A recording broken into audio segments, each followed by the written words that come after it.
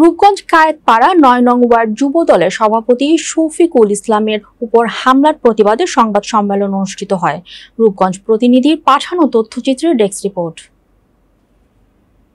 নারায়ণগঞ্জের রূপগঞ্জ উপজেলা কায়েতপাড়া ইউনিয়ন ৯ নং ওয়ার্ড যুব দলের সভাপতি মোহাম্মদ শফিকুল ইসলামের উপর পরিকল্পিতভাবে হত্যার উদ্দেশ্যে হামলার প্রতিবাদে ও হামলাকারীদের দ্রুত গ্রেফতারের দাবিতে মঙ্গলবার চনপাড়া বটতলা যুব দলের কার্যালয়ের সংবাদ সম্মেলন অনুষ্ঠিত হয়।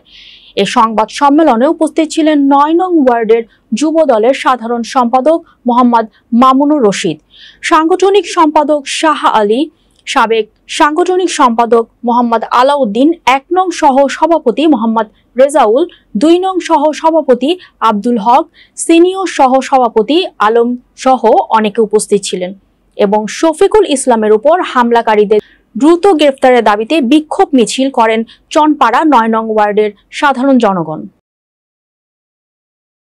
আমাকে কথা বলার কথা বলে বাসায় ডেকে নিয়ে এভাবে নির্যাতন করে ওরা আমাকে চাঁদাবাজ হিসেবে আখ্যায়িত করার চেষ্টা করে এবং আমাকে জানে মারার পরিকল্পনা করছিল। তা আমার একটাই অপরাধ। আবু খায়ের শ্রমিক লীগের সভাপতি ছিল, দীর্ঘদিন আগে অটো গাড়ি থেকে চাঁদা তুলতো, তখন আমি প্রতিবাদ করছিলাম।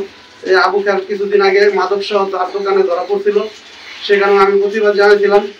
এই প্রতিবাদ জানানোর কারণে আজকে আমার জীবনে কাল হয়ে দাঁড়াইছে।